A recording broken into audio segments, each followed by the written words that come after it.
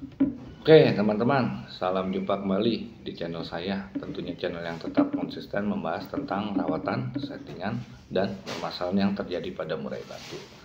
Terima kasih untuk teman-teman yang sudah selalu setia menyimak setiap video pembahasan dari saya. Dan saya doakan teman-teman selalu sehat, sukses, dan bahagia dimanapun teman-teman berada, dilancarkan segala urusan dan dimudahkan segala rezekinya. Amin. Oke teman-teman, pada video pembahasan kali ini saya ingin membahas tentang perbedaan ciri-ciri murai batu, baik itu pada saat di rumah maupun pada saat digantangkan. Di sini teman-teman membedakannya, apakah murai batu tersebut mengalami oper birahi atau murai tersebut yang teman-teman gantang mengalami oper emosi. Karena di sini mungkin di sebagian orang ataupun di sebagian teman-teman masih banyak ya yang bingung membedakan antara murai batu oper birahi ataupun murai batu yang oper emosi. Oke teman-teman, di sini teman-teman, untuk cara yang paling mudahnya ketika di rumah, untuk murai batu yang biasanya mengalami oper birahi dulu ya teman-teman. Oper birahi pada saat di rumah biasanya murai tersebut jika yang karakternya gacor, pada saat di rumah hariannya akan gacor. Di sini untuk pakem kotoran sebenarnya bisa dijadikan pakem, bisa juga tidak teman-teman. Karena di sini biasanya untuk di antara burung ataupun setiap burung akan berbeda. Seperti inilah contohnya, misalkan burung yang kondisinya oper birahi belum tentu juga kotorannya besar-besar menumpuk, belum tentu ya teman-teman. Di sini bisa juga karena mungkin sebenarnya kondisi burung itu tidak minus, tetapi di sini purnya, kecocokan purnya, ataupun di sini juga ketidakcocokan jenis IF yang diberikannya. Misalkan murai tersebut sebenarnya tidak cocok diberikan kroto. Lalu untuk porsinya juga mungkin yang sebenarnya teman-teman memberinya melebihi batas porsi yang dibutuhkan si murainya. Jadi banyak faktor. Jadi di sini caranya untuk yang pastinya agar teman-teman yakin, teman-teman bisa lihat dari nafsu mandinya. Nafsu mandi si burung tersebut ketika teman-teman mandikan. Burung murai batu yang OB biasanya dia senang dengan mandi. Artinya ketika teman-teman berikan mandi di pagi hari, dan ketika teman-teman berikan mandi di pagi hari, burung tersebut mau mandi.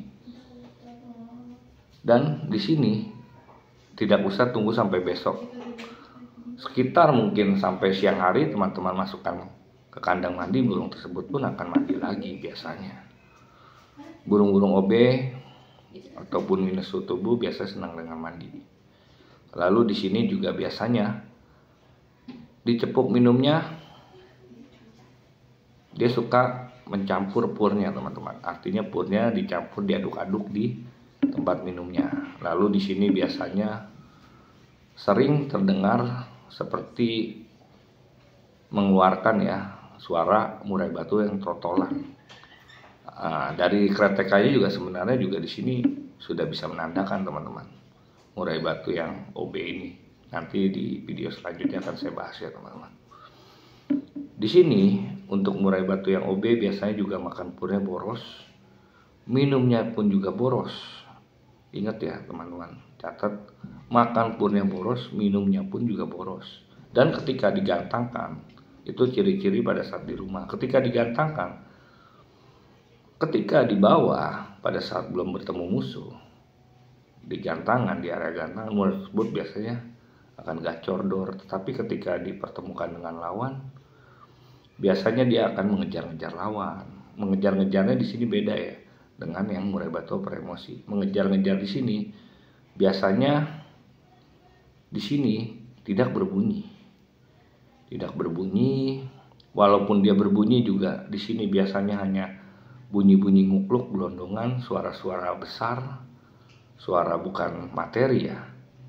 Di sini cara membedakannya teman-teman. Atau juga di sini biasanya murai tersebut hanya matung saja, matung tanpa ekspresi. Di sini juga ada yang terkadang murai tersebut didis, mandi angin ketika digantangkan, dan biasa setelah itu baru dia akan main enak. Itu untuk yang murai batu OB. Lalu untuk yang murai batu oper emosi teman-teman, di sini biasanya penunjukannya pada saat di rumah kita bisa mengontrolnya dari cepuk air minumnya. Cepuk air minumnya biasanya untuk murai-murai seperti ini akan ditandai dengan minumnya yang agak boros. Minumnya yang agak boros.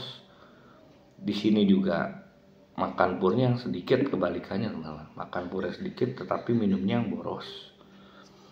Dan teman-teman juga bisa ngontrol dari, untuk lebih meyakinkan lagi, dari nafsu mandinya.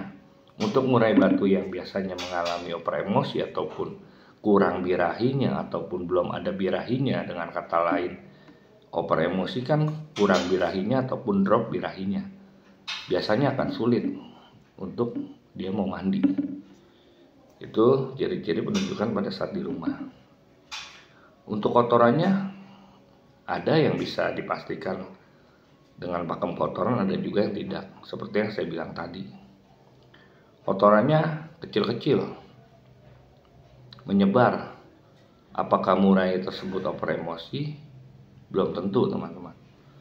Belum tentu, dikarenakan mungkin seperti yang saya bilang, bisa juga karena ketidakcocokan pur.